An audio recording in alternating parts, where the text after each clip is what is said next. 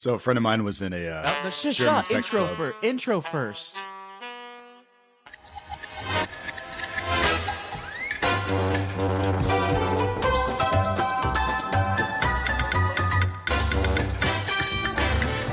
Okay, with that out of the way, what was your story? It's not my story. My friend, actual friend, not my friend, but my friend. What does that mean? What would this be? What would a friend be? Oh, Then you. it's me. Okay. No, okay, gotcha. See? Just think about it for 2 seconds. Yeah, I got to take 2 seconds. He was like, yeah, I went to a German sex club in Berlin and this happened. I was like, oh, okay. And he's like, but I didn't participate. I was like, uh-huh. Sure. This STD I got is for a different reason. I was just there. Okay. Sure. Whatever. You know, you wear protection. So was there? Right? They make you do that. Was he tangled in wires, headphone cables, and sound equipment? Is that what I was hearing? Not sound equipment. Highlights? It's just like straps and cables. And what are the cables used for? What cables? Hey, what kind of cables? The first rule of German sex clubs is we don't talk about German sex clubs. Okay. Sorry, me and my prudish ways. I need to educate myself before I make a fool of myself. Asking stupid questions. Thing. Jammer, it's a bondage thing. Oh, okay. I wouldn't call those cables. Cables just seems like the wrong word for that. But whatever. What else would you call it then? I don't know. I guess it depends on what it looks like. It's like that Supreme Court case. You know smut when you see it. You know, it's something that's... I hate the word smut so much. It's a great word. It's better than moist. It's not a good word because it's being co-opted by... So this transition... I mean, that's... Hold on. Every word gets co-opted. It does. Yeah. It's true. It's like the word woke. Essentially, they're in the indie publishing space. There is this other publisher that has just been like, I think they said #tired of smut, and there is this bullshit gatekeeping of, you know, people who are fans of series like ACOTAR and Fourth Wing, and, you know, basically those high fantasy with sort of like the romantic backbone and like some spicy sex scenes and stuff. And they're basically just calling it smut, and they're like, "Oh, no more smut and fantasy." I'm like, "People, come on, stop doing that." Smut. And it's not smut. It's like fantasy with like 2 or 3 sex scenes out of like 600 or 700 pages. It's not smut. And hold on, and if it is smut, like, I don't like the idea of demonizing it. But that is kind of the point, you know? Go on. I just think that when you look at what the word, where it came from, and then the time that it comes from, like, it didn't really mean much of anything, right? You know what I mean? No. Think about how old the word was and the threshold something had to be smut. It was like de minimis. It was sure. Like, they're like, oh my God, I can see her ankle. It's fucking smut, right? So okay. I guess in my mind, when someone says smut, like one sex scene, if it's a sex scene, like, it's smut. And I don't mean it in like as a pejorative, like, it just is. Does that make sense? Okay. Yeah, I can see that. Yeah, I think what it is I just don't like this idea that it makes it less than if it includes that. Yeah. Which I think is BS. Because, I mean, like, it goes back to, I guess, the wording of it. They used the different group, they would call it like clean fantasy. Yeah. Where I was just like, that term, I don't like it. So some people are using no spice, which I think is a superior term because it's a bit more objective, and there's not like connotations of like judgment and all that. And it all is just a whole thing to gatekeep people away from the things that they like. Yes. And I guess the thing that frustrates me about any of this is all of this goes back to our like prudish religious kind of grounding. And I think that's the thing that makes it very frustrating, where it's just like, grow the fuck up. And if you just weren't such a prude, you would be fine, which is how we come full circle with you and your German sex clubs. Cables. Okay. Maybe straps. I think that's the word I would have thought to use. I said both. Cables. No, I know that. I know that. I think cables is what threw me off. Anyway, let's go ahead. This is Inkhouse Radio. And cables. Anyways, the headset that I use is the Corsair Virtuoso XT Jonesy. This is a different brand from what you have, Jonesy? I know you got new headphones. Tell me all about your new headphones. I because use I know the you want to talk Audio about it. Technicas. I don't want to talk about them. I enjoy Audio them. Technicas are really good. How are you liking them? I love do that brand. enjoy them. It's got a nice flat signature. Yeah, they have the really good dynamic range. I use those at work all the time. Yeah, they're really good. What do you use them for at work? Oh, acoustic. You're an acoustic engineer. That's so important. Jesus Christ. Oh, I remembered. Did I tell you? So I remember one time back when I was in college, we had this sound design class, and our professor was such a quirky guy where he was in the middle of talking. And in the middle of he was walking around the room, he was just like, hold on a second. And he started moving around. He's like, you'd find like a really good sound spot. This is an interesting sound. Yeah. I like him already. Mm-hmm. It's funny because nowadays, like he was definitely like, a 30-year-old nerd, and people would make fun of him. But I'm like, this guy, he had it. This guy figured out early on, or doesn't. I'm not sure. Maybe he doesn't, but if he does, good for him. Is that either way? Is that a high nerd it. compliment? This guy doesn't fuck. Like, yeah. I mean, I think it depends on the connotation. This guy doesn't fuck. Anyway, let's talk about some of the stuff we're going to be talking about today. Not a lot of news to cover, but we are going to be doing talking about One Piece fan letter several months after it's come out, because you know what? Why not? Jonesy sounded interested and he wanted to dive into it. So let's do that. And then we'll talk about a little bit of Who Watches, which is essentially us watching what we've been watching and playing or whatever that is of interest to maybe you, the audience, or us, or each other, or any of that fun stuff. And I got one that actually I forgot about that I'm excited to talk about. But before we do that, let's dive into One Piece fan letter, which I'm pretty sure, Diego, we didn't ask you about it. I'm pretty confident you watched this a long time ago. Oh, yeah. I mean, I recently just watched it, too, because of the episode. Because, one, it's really freaking good. And two, we were talking about it. But then also there was a article recently, I want to say it was on New Type, Japan magazine, with the writers and director of the fan letter. Oh, okay. So the animation director, the one who's like kind of the big episode 10-15 Rising Star. And that was one of the things, yeah.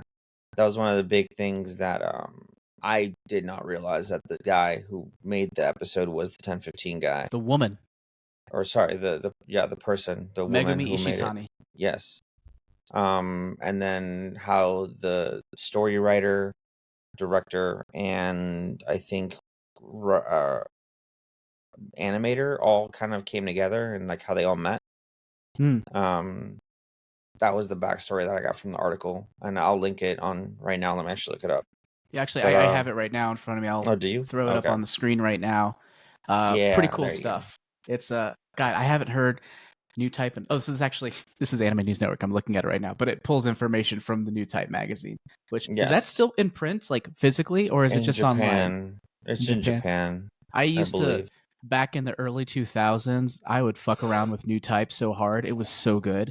That was like next level anime magazine stuff, man. That was great. This guy doesn't fuck. This guy did not fuck. This guy does not. Did not. Was that a term that existed before Silicon Valley? Because I only knew it through Silicon Valley. I've never watched Silicon Valley. Oh, okay. It's really funny. So essentially, there's this. Do you know? I know what it's about. You're like the fifth person to try to get me to watch it. I'm like, no, but I'm saying like I'm trying to think here. You know the guy from The Office from like a later season who came in, this really skinny guy? Yeah, didn't watch The Office. You didn't watch The Office? Fuck. I tried. I'm trying to think of anything that you know him from. Anyways, there's this really skinny, unassuming guy. And out of everybody, this one douchebag guy goes up to him and points. He goes, "This guy fucks." And then we find out like a season later that he legitimately does. And no one else realized it. Anyways, sorry to interrupt you, Diego. Go ahead and continue. No, I mean, that was basically it. I was just telling you, like, I reread this article that you're looking at right now. Yeah, it was really cool to like see like where they kind of came up with a story, and like they wanted to make something special for the 25th anniversary. They just didn't know what and how they went about it. And they're like, well, we can't really like, I think just like right there where it says, I knew we had to make a video, but I had no idea of what yet. Yeah, I said it could have been a 5-minute music video, which I'm like, thank God. How long it would be. And then we got together and we worked out a plan. And then for them to come out with this like idea of like, let's see the world of One Piece through like other people's eyes, through like major plot lines, and not just major plot lines, but like the war, like that was the major one. Because it's really funny when you go back and you watch the Marineford arc, and it's pretty hunky dory. It's not too much violence, too much. Yeah, because like you see Luffy and like he's people are ripping through the Marines and everything's fine, and people are on the ground, but they're not like it's They're not not uber important. violent. Yeah, because they're like side characters, so you're just not really thinking about it. And then they show It's like the playing story of like, it's like playing Dynasty Warriors and just like psh, that guy just got tossed to the side. That's no big deal. well, I mean they have One Piece Warriors for that reason too. So No, I guess I could have just said One Piece Warriors. yeah, Could have cut out the middleman there. yeah, No, because then I would have said, "Is that a game?" Oh, it is. Well, there you go. I know Dynasty Warriors. I do not know One Piece Warriors. Yeah, It's One Piece Warriors basically- is basically Dynasty Warriors, but with One Piece characters. Jonesy, what were your expectations going into it? Because I might have hyped it up a little bit. So kind of what were your expectations going in? And I also said there were a few things in there that I'm like, hey, if you're going to watch it, before you watch You'll it, there are need a few context for things that this. you want to. Yeah. And he's like, no, I'm going in cold. Going in no cold. loop, just diving right in. Yeah. So how'd it go? My expectations were set because what I did first was I watched the very first episode of the anime. I wanted to like understand. I forgot that you did that. Yeah. I forgot you did that. I wanted to like, so it was like semi cold, and I just wanted to understand where we were when this first came out versus where we are, because this came out in October of last year, and like it's a world of difference. And so my expectations, I didn't have any going in, but it's funny. Like the first episode very much feels like when I was a kid watching Dragon Ball before I went to school. Like even the voice acting, like everything about it felt like that. And then going to fan letters, like, oh my God, I feel like I'm watching a completely different show. And in some respects I am. And so that was one thing that really just blew my mind, just the difference in the level of animation and voice acting. Even though I didn't really hear, I don't think you heard the main characters at all except once. I think you heard Luffy say like, let's go or something like that. And that was it. Yeah. Yeah. It was, I mean, you heard the characters at the end. I think you only heard Luffy once though. Yeah. Where he said it's set sail. It's the scene. Well, yeah, but then you hear the characters go, yeah, or whatever, because it's like the scene where the little girl finally sees Nami, and then she sees everybody kind of cheering along. No, I don't think they say then- anything. Yeah, I don't think there's any dialogue. He says set sail and that's it. Yeah. And it's silence and music. Oh, is it? Okay. I only know that thought- because I literally have watched that climactic scene several times because it's Yeah. so amazing. It is Oh, so comes- good. It is really good. Okay, so Jonesy, you painted the picture. How'd it go? How did the viewing go? It's Besides, interesting. the differences. So the way that I viewed this, based on the way you described it, so there is a Lower Decks episode of Star Trek: The Next Generation, and there's another show called Babylon 5. They have an episode called View from the Gallery. And so it's this idea of the non-main characters getting to like see what's going on. You're seeing what's going on around the main characters as opposed to the main characters themselves. And that's kind of the way I expected this to go. And it was a little bit like that. But it was fun and it was interesting. I like the idea of starting fresh with a character who's, I don't want to say like Luffy, but this idea of like somebody that wants to follow their dream and do this stuff, and someone telling them that they have to do it a certain way, and they're inspired by the people who started at the beginning of this. And I enjoyed it from that perspective. It was a lot of fun, and I also liked the not the twist, her ingenuity with regard to how she helped them was fun to watch, because as soon as it happened, I was like, oh, she's going to jail for like 11 billion years. And I was like, oh, wait a minute. Okay. But then it was like a twist, or she tricked them. And I was like, oh, that's good on you. That's super fucking smart. And then the realization of the one guy who was like, oh, I have it right here. Yeah. It was funny. Like, so it went from like being funny to sad. And what I do like about it is its ability. It was such a bottle episode and it was so able to take you through this character's journey for this one episode, and you're able to feel things without even necessarily having the context of everything that's going on in the world. And so I think that that is S level storytelling, if you're able to do that in a very short amount of time. Was there any part of it that you were wondering, like, I don't quite understand, but I'm assuming I would if I had seen or read things? Yes. So there are the flashes that are going by, and when they're talking about the deaths of certain characters, I'm like, I'm sure this would mean something to me if I knew who Luffy's brother was, or like who these. Because I got the impression that maybe the main Marines were people that I should know. I don't know if that's true, but the conversation that they're having felt like it would have had more resonance if I'd known who they were or the events surrounding what they were talking about. Yeah. So the main thing, there are two things I would have, if going into it. Oh, wait, there may be three things I would have shared with you. I would have shared with you, this takes place, what? Doing a countdown. 1. Okay, 1. I thought you were giving me a thumbs up. Nope. 1. Thank you. I would have said this takes place following a 2-year hiatus of the Straw Hats where they had all disappeared. But there were signs and an expectation that on this day, on this island, they were going to reappear, rejoin, and continue their journey. I figured that out. That's okay. That was one thing. Second thing I would have said, the thing they flash back to is a battle between the Marines and pirates called. It depends on the translation, but I guess Paramount War is one way that it was. War of the Best. War of the Best, Paramount War, Marineford, War of the Best. I have never heard anyone say War of the Best. Yeah, War of the Best is a thing that's used in the anime. Anyways, that was a fight to where there was one pirate, Ace, who was actually Luffy's brother, who was set to be executed, and it was basically an all-out attack on Marineford to try to prevent that from happening. That's that. I think there was enough context there for you to figure that out. And he failed, right? Yeah. Failed. Number 3, the ghosts are created by a character named Perona who randomly is able to make people incredibly depressed.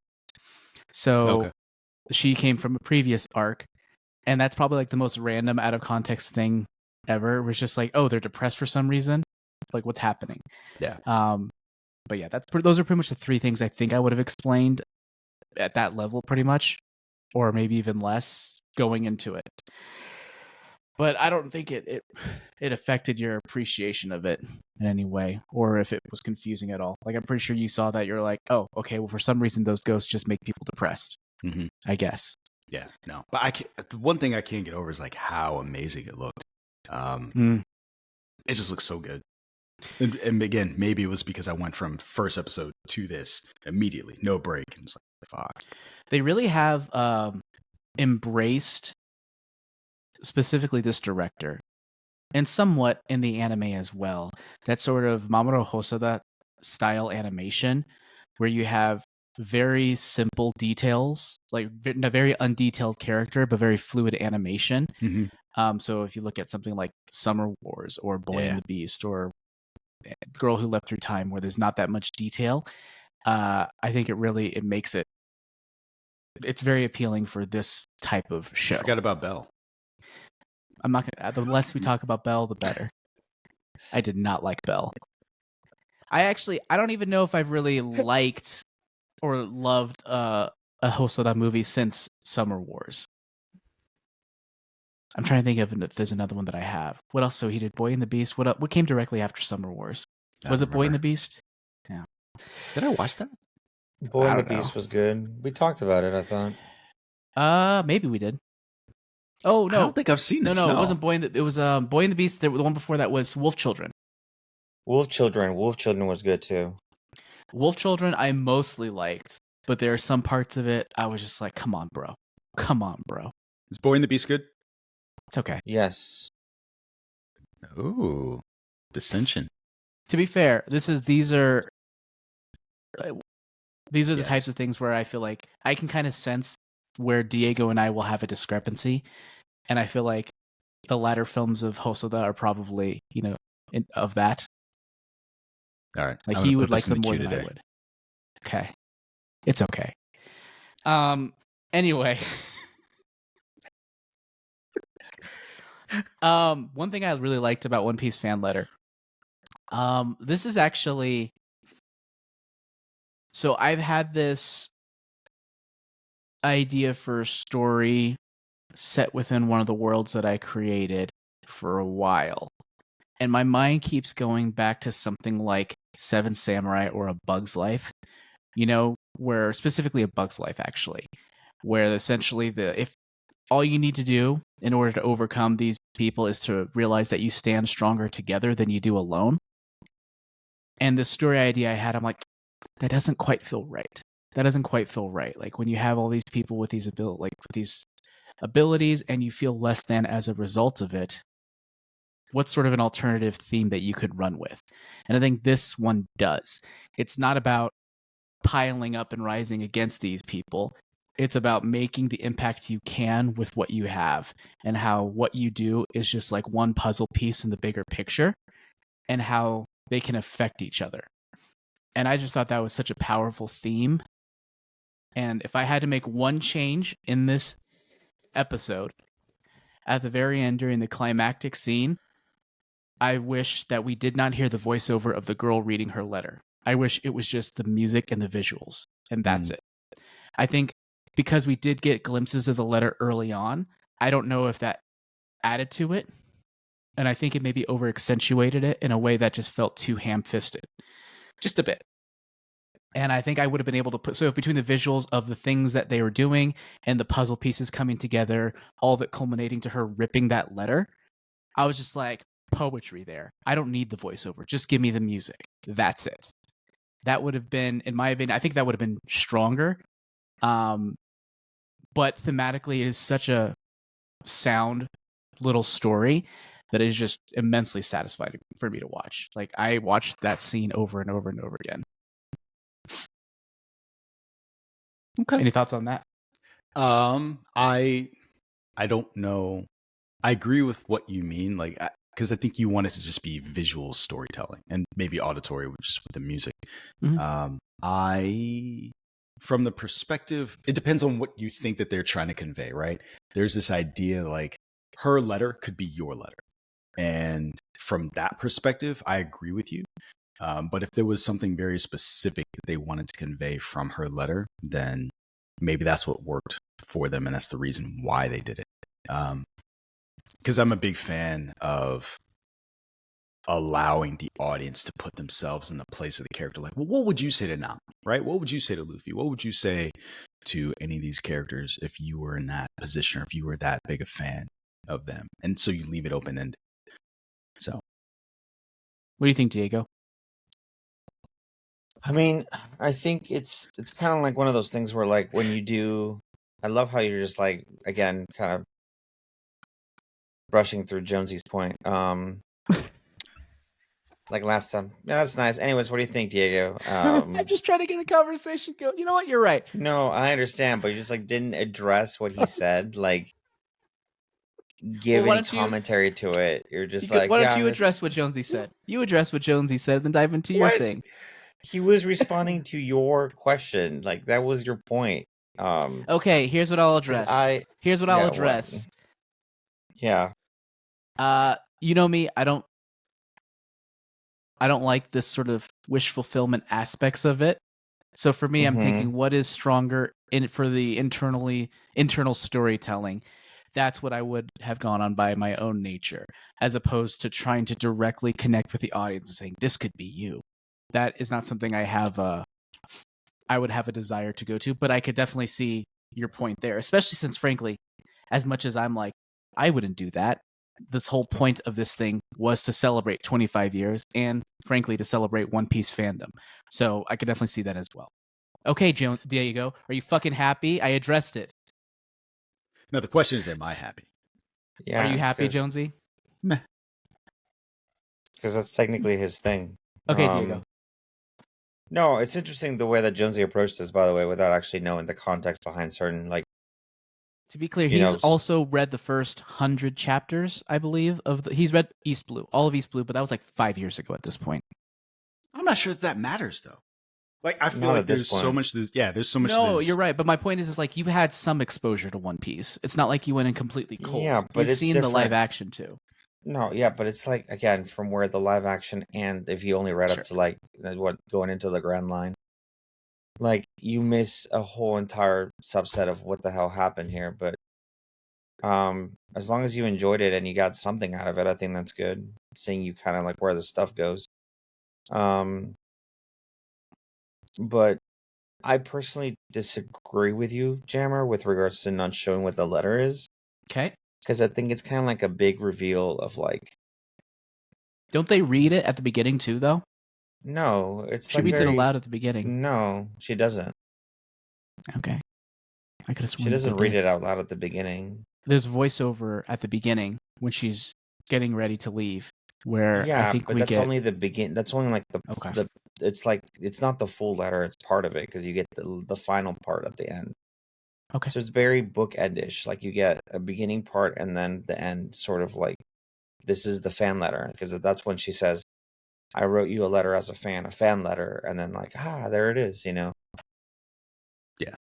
And the other thing I would add to that is one of the things that stuck out to me in the letter, what I like is that she's enamored with the fact that Nami is able to do what she's able to do in the world that exists, right? With her mind and her intelligence. And so the character in this is able to do the same thing, right? She's able to turn the tide to save the characters or the people that she loves using the same thing. And so I like knowing what was in the letter from the perspective of it ties it all together. And you get to see her basically have a moment where she gets to be exactly like her hero. Mm. I think it's cool. It's all the more interesting and better that like this idea that so much was happening and the Straw Hats were kind of in danger and they had no idea. And then she saved them and they're never ever going to know about it. It's pretty cool.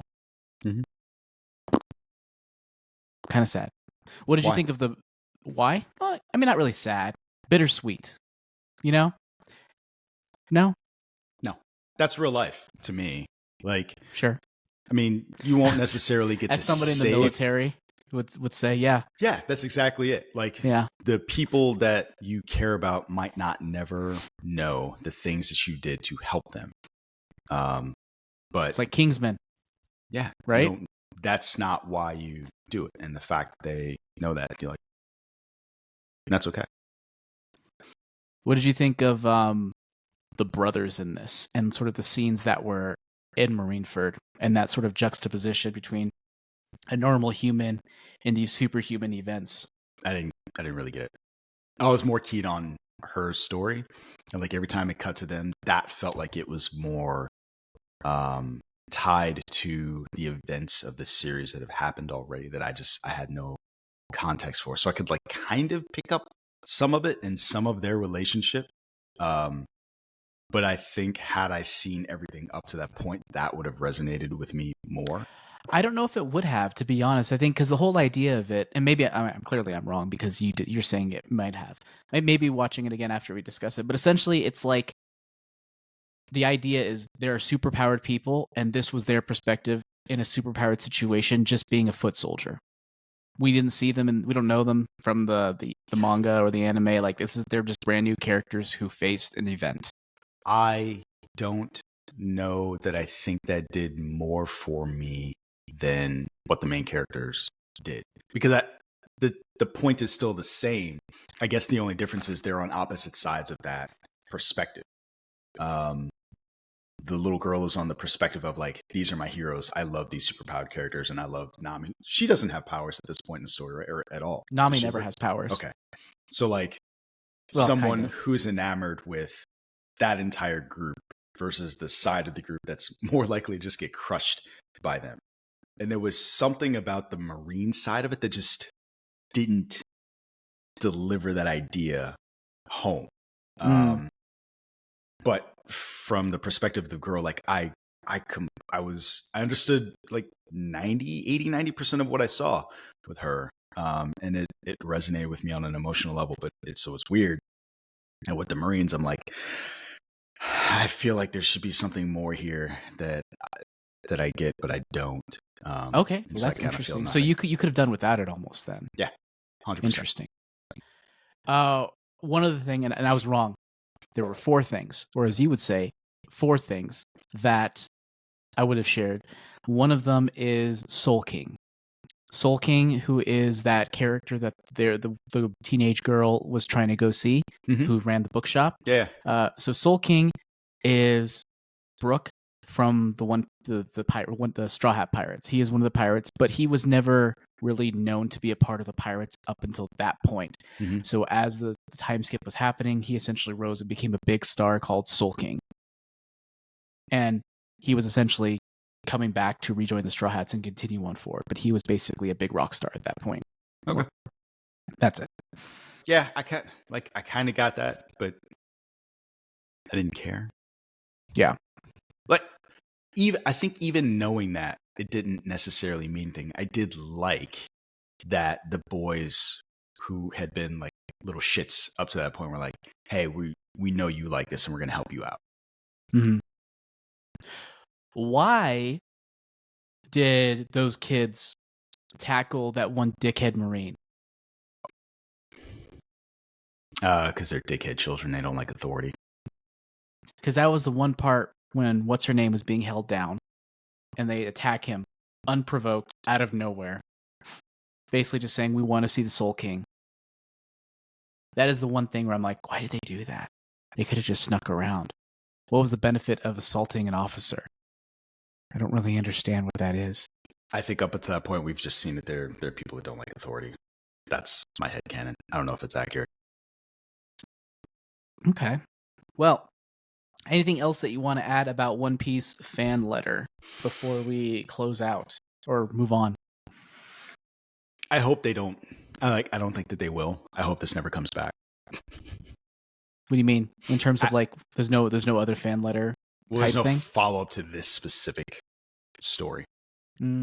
I hope they do more of these. Like maybe once a year, have just like a short that is like something. Yeah, that's fine. I like going into this. I didn't know what to expect because it was called One Piece fan letter, and I'm like, are they like animating from the perspective of a fan and how One Piece has affected her life? Like literally One Piece, not the Straw Hat, but like in our world, One Piece. So I actually didn't know what to expect. So we started watching. I'm like, oh, this is like set in the One Piece world. This is like a thing. I thought that was interesting. So I think this story, from what I read, is based on manga, right? Like an actual comic book that came out. That's what it looked like. What? Yeah. Go on. Hold what up. do you mean? Just that was it. It was based on a manga, or based on what? That's what I thought. I thought it was based on like a book that had actually come out, or a chapter that come out. Maybe I'm misunderstanding something I had read. Let me see if I can pull that up really quick. But anyway, I was gonna say oh, here we go. Yeah, you're right.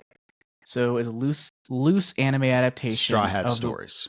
Straw Hat Stories, released to commemorate the 25th. So actually, I did not know about this. Okay, so then never mind, because my question was going to be, given that you probably read it, what did you think of it versus what they did in the anime? But never mind.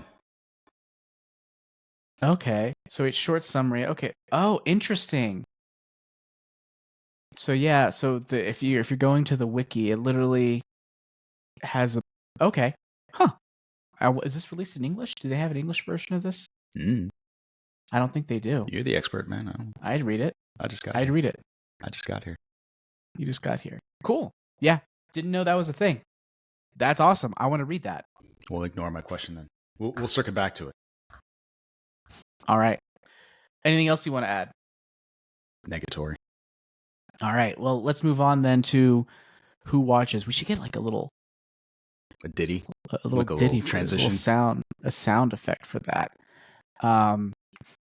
Let's move on to that next thing.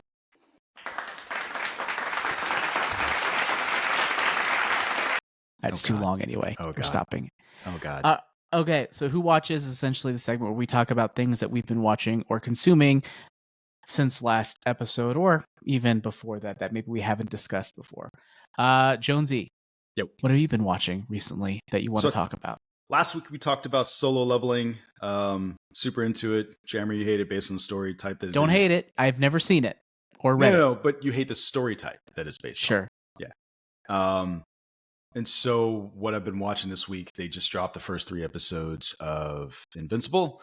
Pretty good so far. I really enjoy release schedules like that where they're like, hey, we're not going to make you wait week to week the entire time. So first 3 episodes are pretty good. And this is one that I've consumed the entire run of this series, and I'm thoroughly enjoying it. Good. So, yeah, I like the idea of it. I'm not gonna lie. A big turnoff for me of this Invincible, I hate their costumes so much. I hate all of their costumes, and I think I also just don't like the color scheme very much. That Okay. sounds weird. The pastels of it, it's just very unattractive to me. I just don't like it. It's not pretty. Yeah. I would never. And so again, going back to fan letter to say, to go back to how gorgeous that is versus Invincible. Invincible looks like the cheapest DC animated straight to DVD movie that they've released, right? Just like pick one. You're like, oh, this is not great. So I'm mostly there for the characters in the story. Well, I don't think it looks bad. I just don't like its look. I don't guess think it looks particularly good. Oh, interesting. Yeah, I guess if someone says, "Oh my god, it looks so good," I would be like, "Really? That looks really good." Like, I don't think it's bad, but I mean, yeah, It's fine. I gave the first season a shot. It's just not for me, and that's okay. Everyone else loves it, so clearly I'm wrong. Diego knows that that's not new terrain for me. I'm pretty frequently at odds with most people in terms of what they like. Yeah. It was not even about that. It just doesn't resonate with me. Like, it just does not resonate. It's okay. With me. No. He always likes to have these weird takes on things. I don't like to have the weird takes. I just happen to have the weird takes. I don't. Oh, yeah, like hating Arcane. Listen, I got you both. You did. You did. And I'm proud of that moment. No, you should be proud. That was great. You surprised me. Jammer was like on the internet, like, "Hey, how do I talk to somebody who's just fucking crazy?" This guy doesn't like this thing that everyone else loves. Well, it wasn't even that. Yeah. You know what it was? It was the way you talked about it. Because I feel like I can understand if you don't like Arcane. There were a couple points that you made where I'm like, okay, I could see that. Like where you talk about the music choices or this and that. I'm like, I could see someone being like, no, I don't like that. It's too on the nose. It's too heavy-handed. It's too this.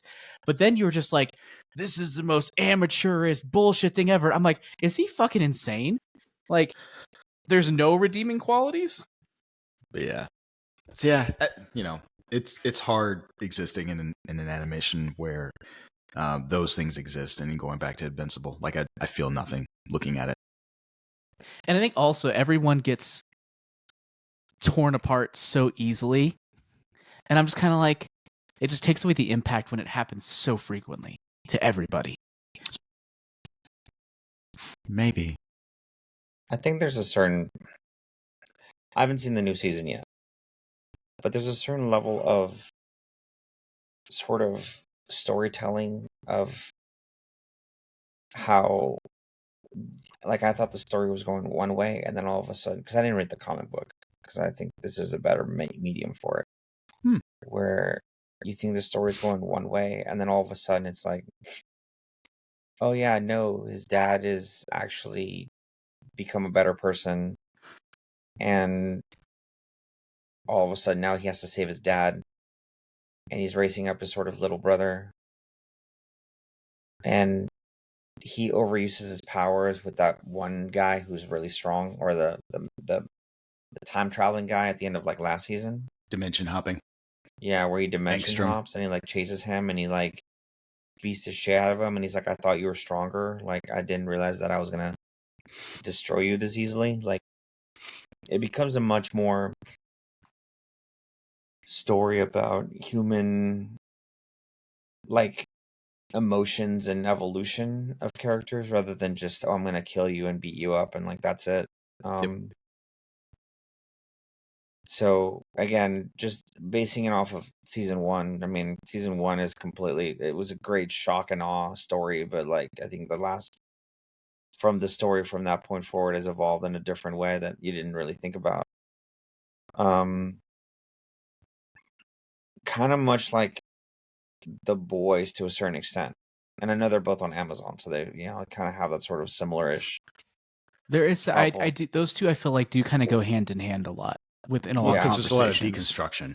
Yeah. Yeah, it's a lot of deconstruction elements, and so that's another show that's also kind of gone that route where it's like gotten a little bit more not what you would imagine or what you think, because in comparison, at least from my knowledge, The Boys is not really focusing too much on the comics. It is grabbing some elements from it, but it's not beat to beat, whereas Invincible is beat to beat to the comic book.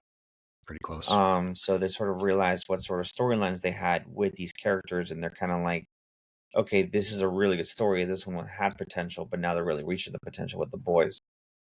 But I haven't gotten a chance to watch the new season yet, mostly because because I normally watch shows with my buddy. We basically had a big old hiatus for because he got busy with work and stuff, and then the one show that we've been watching isn't animated, but it's Severance on Apple TV. Oh, so good. So we've been catching up on that when we watch stuff. But eventually the plan is to go back and watch all of Invincible once it's out, because we don't want to have to wait. Because it is 3 release early and then 1 week to week after that. Right. So Which I think is actually the superior method of releasing. It's like every give you a can't just whole batch, doing the that. thing that I said. a whole batch up front, and then week to week after that. Disney Plus did that a while. Yeah, I love it. I love it when they do that. It's great. Amazon did that for some episodes, for like Vox Machina, if I remember correctly. What other shows did that? But yeah, Disney Plus does that with like I know when was it The Acolyte? They released 3 episodes and then they're like, okay, we'll release the rest later. I think they did that with Skeleton Crew too. Did they? I haven't watched that yet. It's so good. I think it was 2 episodes though. Yeah, it's 2. It's not 3. But That's it's great. still on my list. You should watch it. It's great. It's good. Yeah. But yeah, overall, like I said, I'm watching Severance. I Me too. did want to try and catch a couple of shows on Netflix before they because I don't know how they're to try to give them more incentive to bring that back. Oh, so you want to like basically run them so that you add to their view count to get more? Okay. Which shows of that? So I was doing the the show that we were talking about last week, Pantheon. Oh, yeah. Just because I really like season 1. Season 2 hasn't come out until the 21st. Unless you have unless you have NordVPN or ExpressVPN or some other sponsor of your favorite podcast. Plex. Yeah. Never heard of Plex before. Plex I don't think I've seen a Plex ad. No, it's a server. So somebody just puts stuff up on a server. It's like I have WT Fast for gaming. Totally. But that's a different story. So I'll just have Pantheon in the background of while I'm working. Which again maybe is because I do want that show to continue. I don't know how season 2 ends, Jonesy. If it's like a final, is it a finalization? Like, is it like? I mean, you could do more, but it also feels like the end. Okay. Again, I don't know because I have no idea. Right, I haven't seen it yet.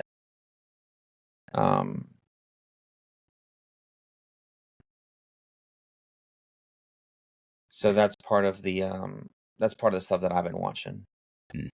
So I've also been watching Severance. And I've been watching Mythic Quest is back. Jonesy, did you know that?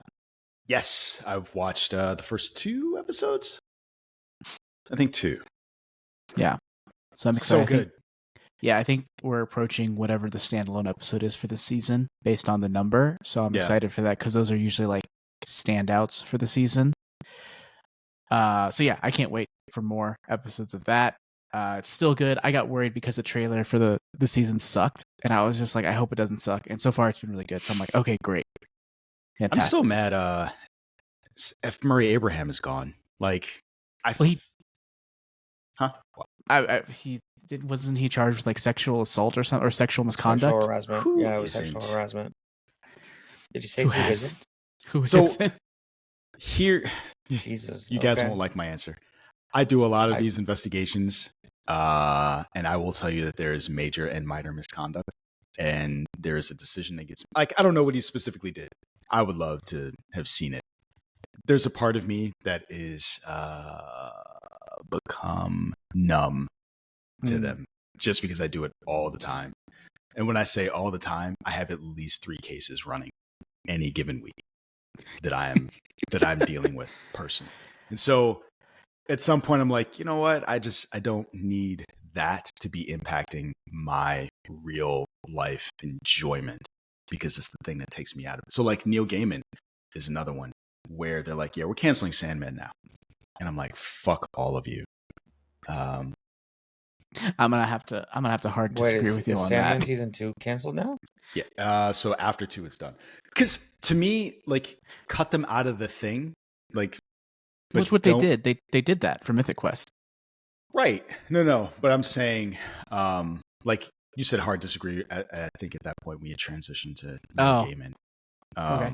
Yeah, I'm okay with getting. I mean, I guess it's different with that because he created Sandman, or he wrote it, so he's going to get something as a result.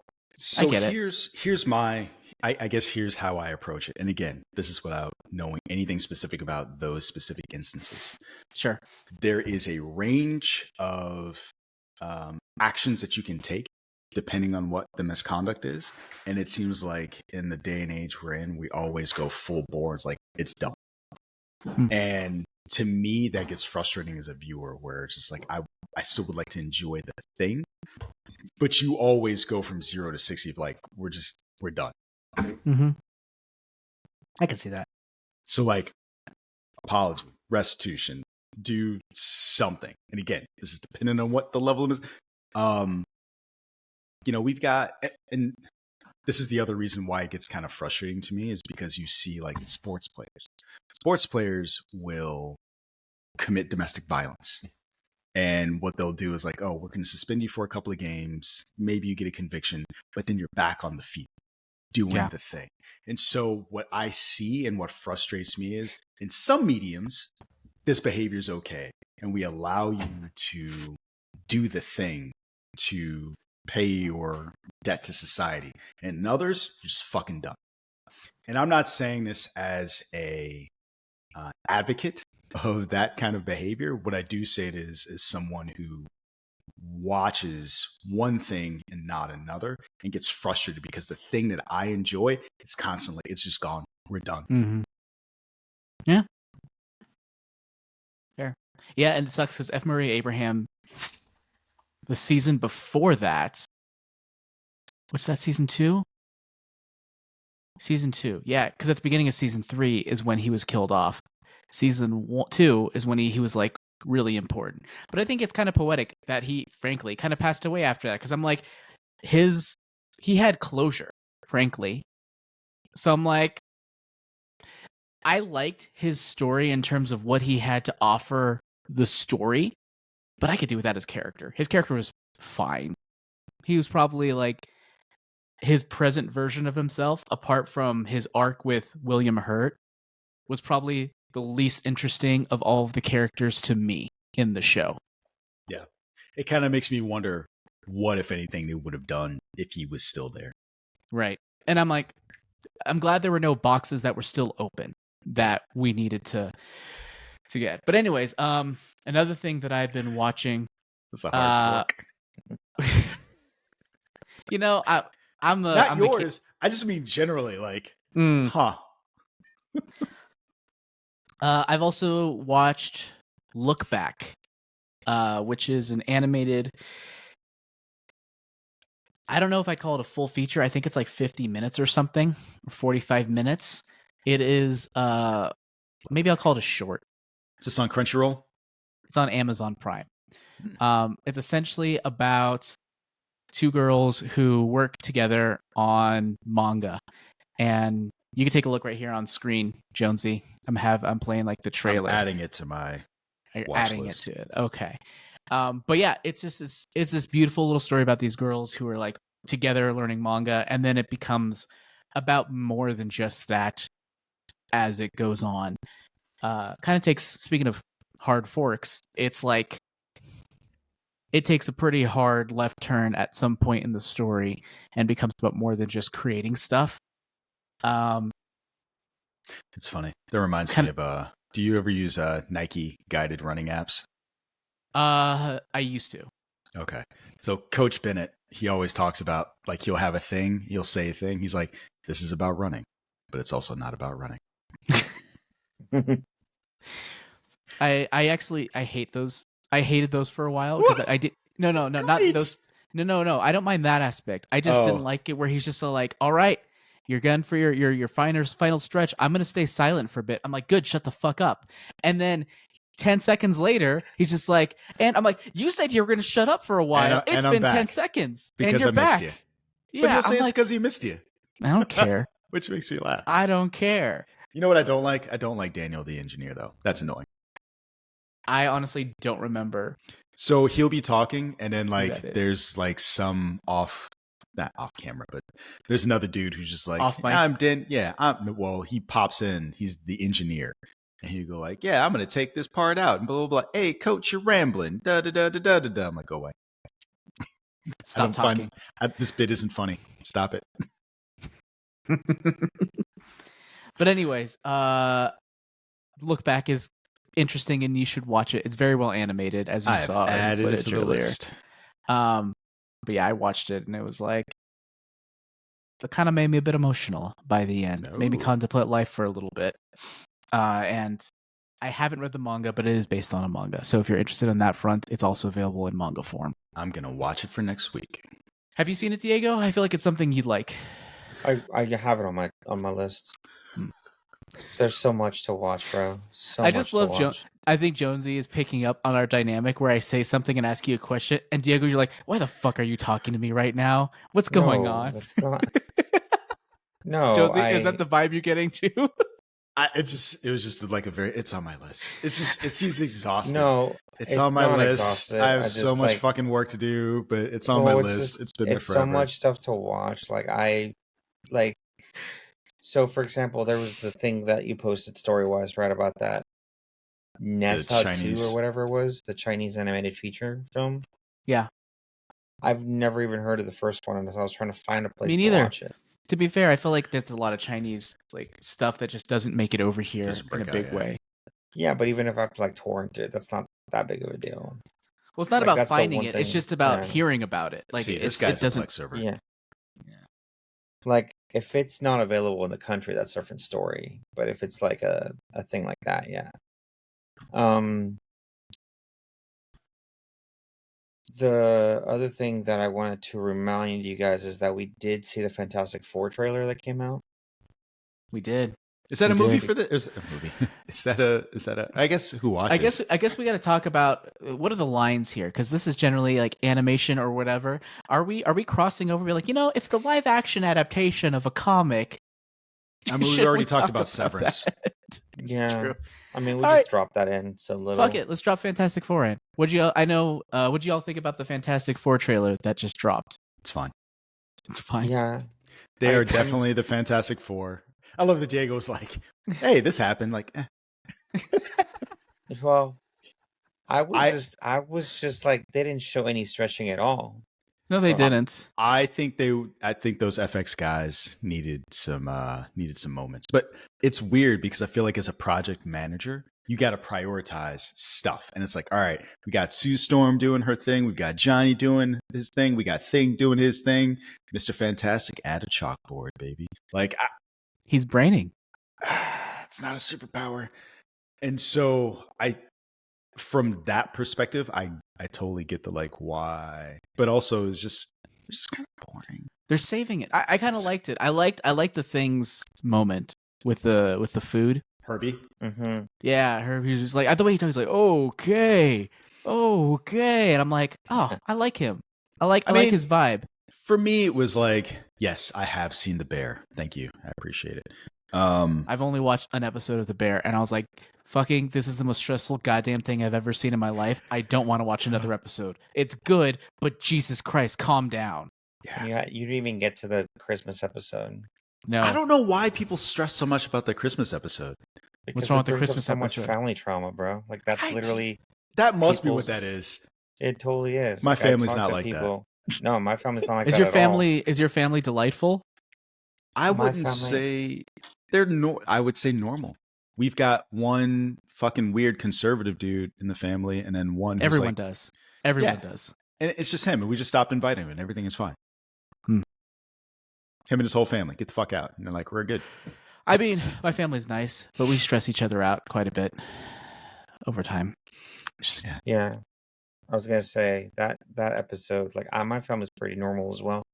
My family's not like that at all. So, but I watched that with friends whose families are like very dysfunctional, and they're like, "Holy shit, bro, I'm getting PTSD." Yeah.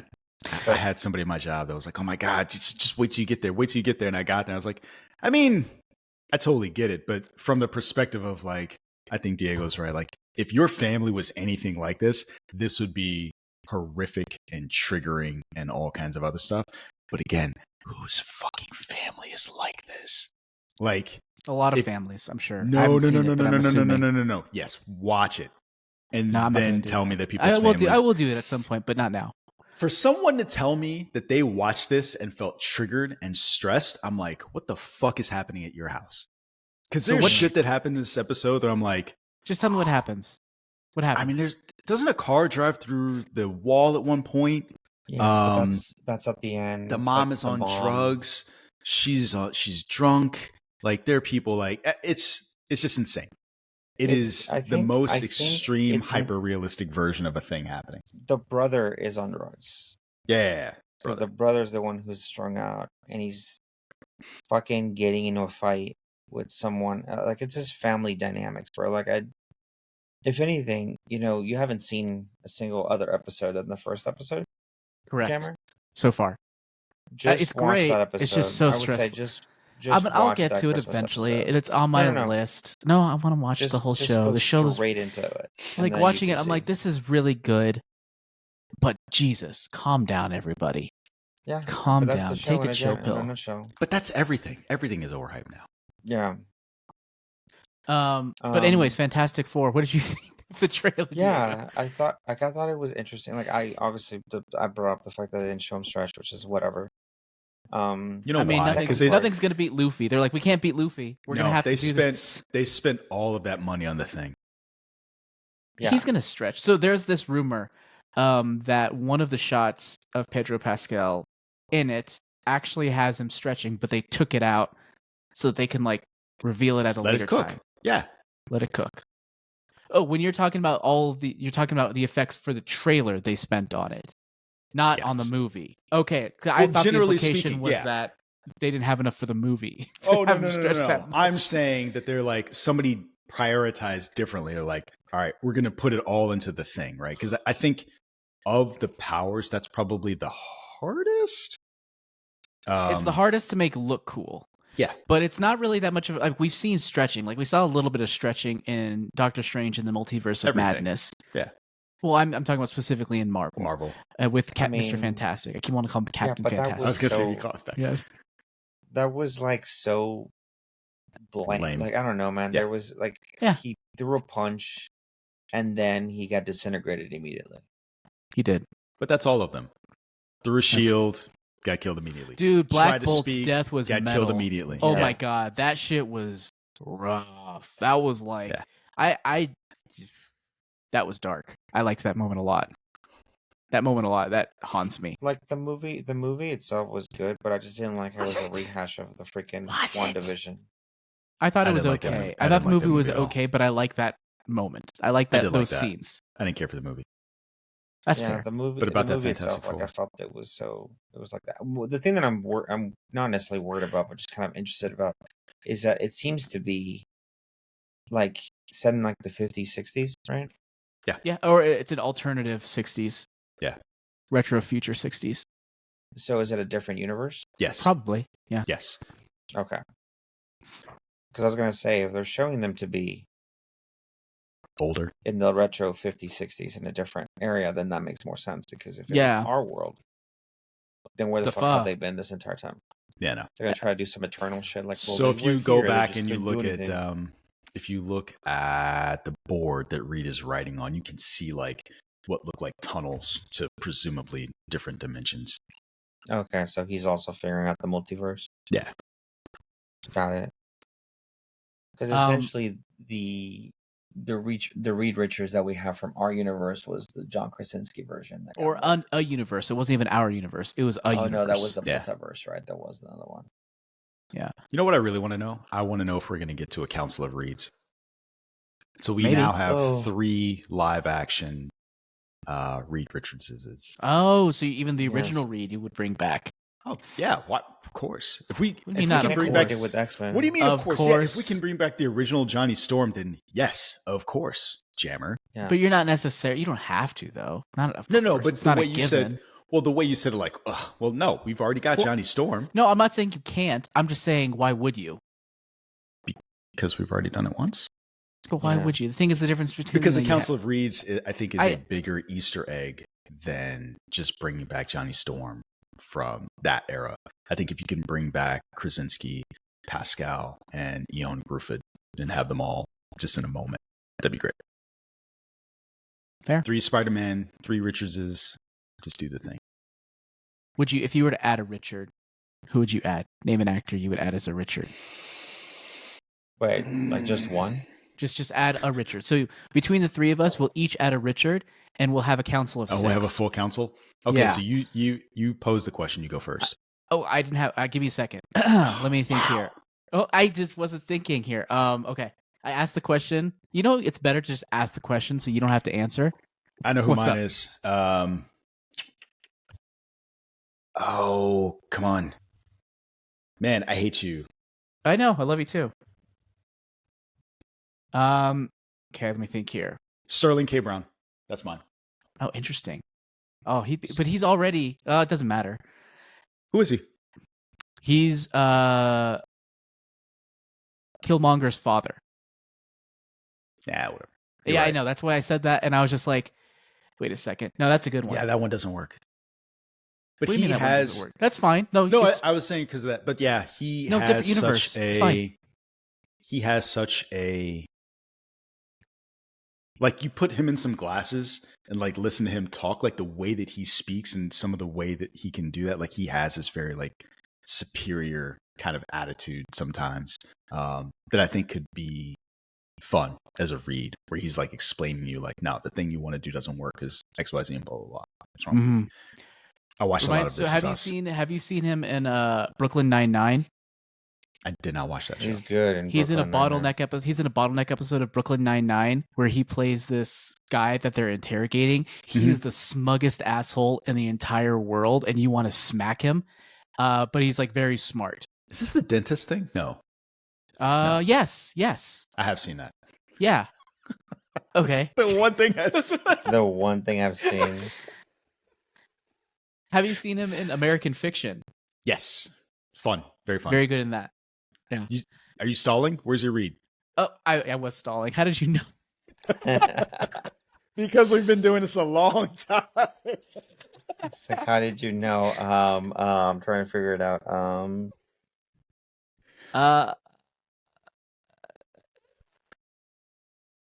Come on. What about you, Diego? What?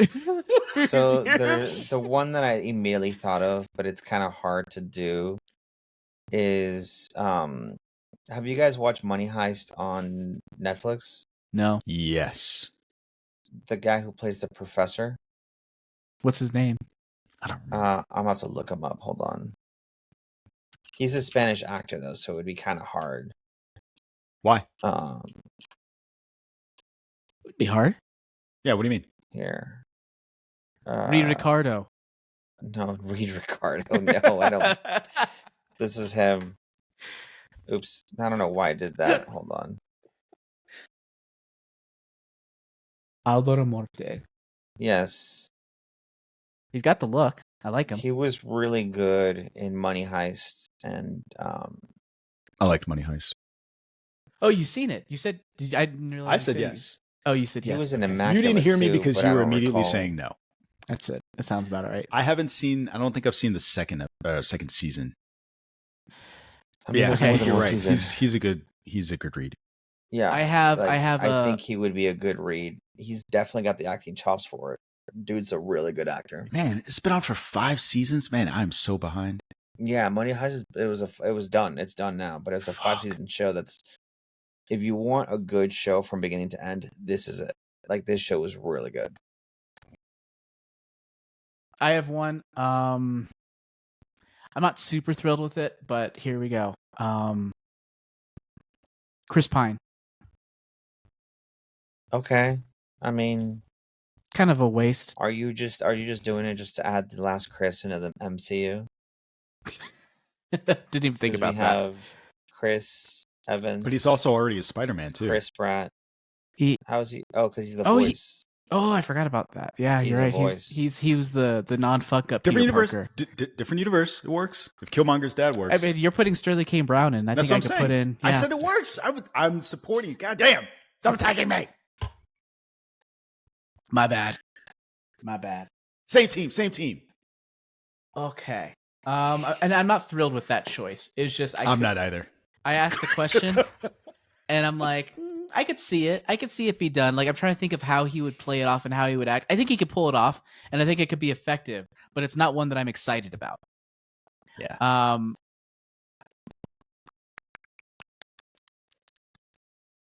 Anyways, that's it. I think we've delayed enough time for me to figure this out. Anything else y'all that you've been watching, or do you have anything else to say about Fantastic Four trailer? I got nothing. No. I thought of another read. Okay.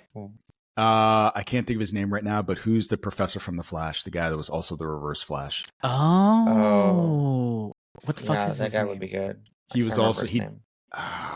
Which is weird because I knew his name like a month ago. What's his fucking name in the What actual even? show? I forgot his name in the show. Tom Cavanaugh. Tom Cavanaugh That's would it. be a fantastic Tom read. Cavanaugh, yeah. For the council. Mostly because that's the same character that he played on The Flash. Mm-hmm. He was basically Reed Richards. He was basically that. Was he? What the hell was his character's name though? He had like Harrison 3 or Wells. 4. He Harrison had like Wells. 5 different names. But he was all variations of Wells though, for the most part. Or Eobard Thawne. That's what I'm saying. He had like 5 different names on that show. You're right. Yeah, he'd be great. I love that I came up with 1.5 to your like.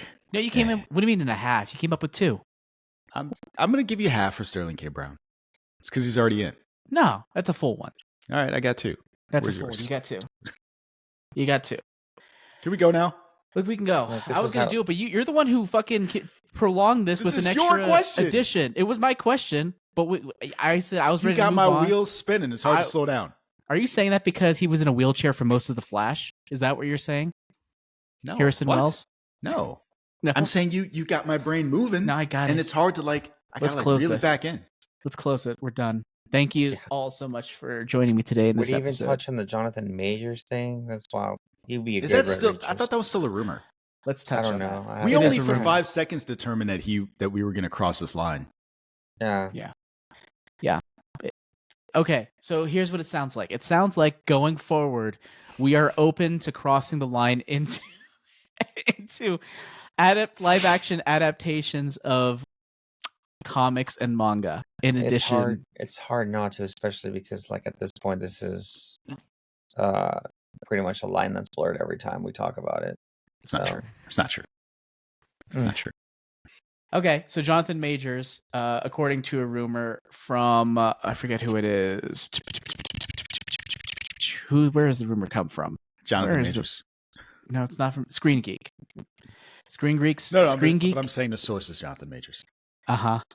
Brings word that Marvel Studios head Kevin Feige is considering bringing Jonathan Majors back into the MCU. The idea is for Majors to appear in a future Marvel project to wrap up some loose ends with King and close the character's story. Okay, so 2 questions I have. Question 1, do you believe this? Question 2, regardless, let's assume it's true. What are your thoughts on it? Let's start with Jonesy. Do I think that at some point in time it crossed Kevin Feige's mind? Sure. Like I think it's an impossibility that it didn't. To what degree? Who knows? At this point, I don't care. But I do think, going back to the conversation we were having before, major, minor misconduct. Given how that trial played out, sure, you should come back. How did the trial play out for those who don't know, like me, who generally blocks that stuff out? He was found guilty of like the most bullshit minor misconduct, but a lot of what you saw is him running away from her and her chasing him. So, Diego? Oh, wait, no. So, assuming it is real, yeah, is this something that you would like to see? I mean, I think personally that like it would be nice to get a closure of the arc of the character. Yeah. I liked his character a lot in Loki. Yeah. And I think I have a, here's me being like freaking contradictory again. I understand people going like, "Oh, he's not the next level Thanos. He's not the next Thanos, right? He's not threatening." I hear that a lot. He's not a threatening character. Right. And I'm like, "But does the next villain have to just be Thanos 2.0? yes. Can't it? No, I don't think he has to be." So when Hold I on, say hold on. Thanos Let me finish. 2.0, Let me finish. So like, I like the idea of a character that is kind of constantly on their back foot and having to actually really work to really push things forward, or is having these other more intricate character moments that aren't necessarily just I'm gonna steamroll all of you. And I think That's he not brought a it. lot of nuance to the character to make him kind of like that. I don't think that is the criticism. The criticism is you let him get beat by the fucking guy that talks to ants. And so going from that to an Avengers level threat, you have to do a good job building up to that. Like, how did we get from the guy that talks to ants could beat you to like now we've got to get everyone to try to fight you? I think that's where that criticism comes from. Rightly or wrongly. There's a whole council though. There are methods to do that, and we haven't gotten there yet. Yeah, I got it. I'm just saying, like, that's where the criticism comes from. And then the other thing that I would say is to answer the second part of the question, like, do I care? No, because it's not going to be what it originally was. So even if there's this idea that they could have gotten there, what they're doing now, they've already pivoted away from it. And what we'll get is like some lesser penny bullshit version of what they were going to do before. It'll probably just be Robert Downey Jr. walking on screen, capping him with a 45, and then like that's the end of the Council of Kangs. So like, no, I don't care because they won't be able to give us what was originally promised, and I doubt it will be better, fair or more satisfying. And I agree. Like that's kind of the thing I think about all the time, where it's like how much of what was originally planned is going to be there, and probably not much at all, if any. So it's just going to be kind of there to just for continuity wise to wrap things up. He's never going to have the impact that he was originally supposed to. And apart from maybe the end of Ant-Man, with Ant-Man going like, did I just unleash something terrible? Blah blah blah, like that whole inner monologue. Apart from that, there really aren't that many loose ends from what we've seen so far. Like they would need to open things up further in order for that to further develop. So I'm not sure you really need it and what value it would bring to the MCU. Yep. Diego? Yeah, I mean, I agree with that. I think there's a certain level of finality, I would say, that you kind of want to move forward from the mess that was Phase 4 and partially Phase 5. So I'll be honest. I mean, I don't really think they even know where the fuck they're going with their stories. Yeah, well, at this point, I think it's just a reset. That was just the problem with Phase 4 after watching it. It was just like, because the way you had it in like the other ones, it was just like set up, payoff, set up, payoff, set up, payoff, set up, payoff. And then Phase 4 was set up,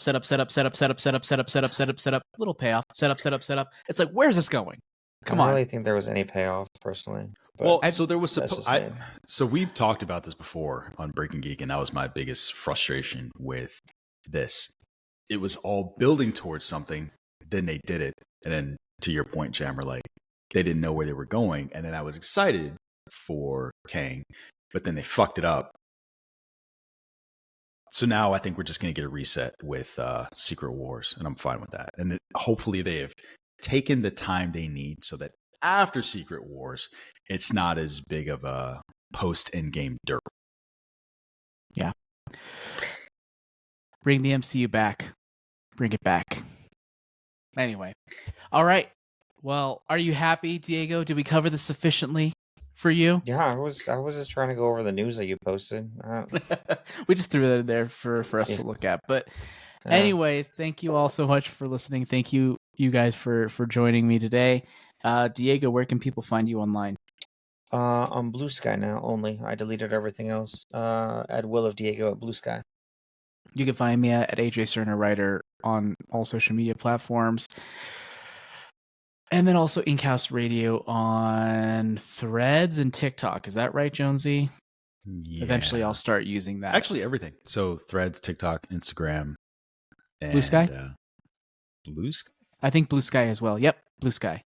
Yeah. So well, except not everything. Not stupid Twitter. Twitter doesn't exist. Twitter's dead. Yeah. Okay.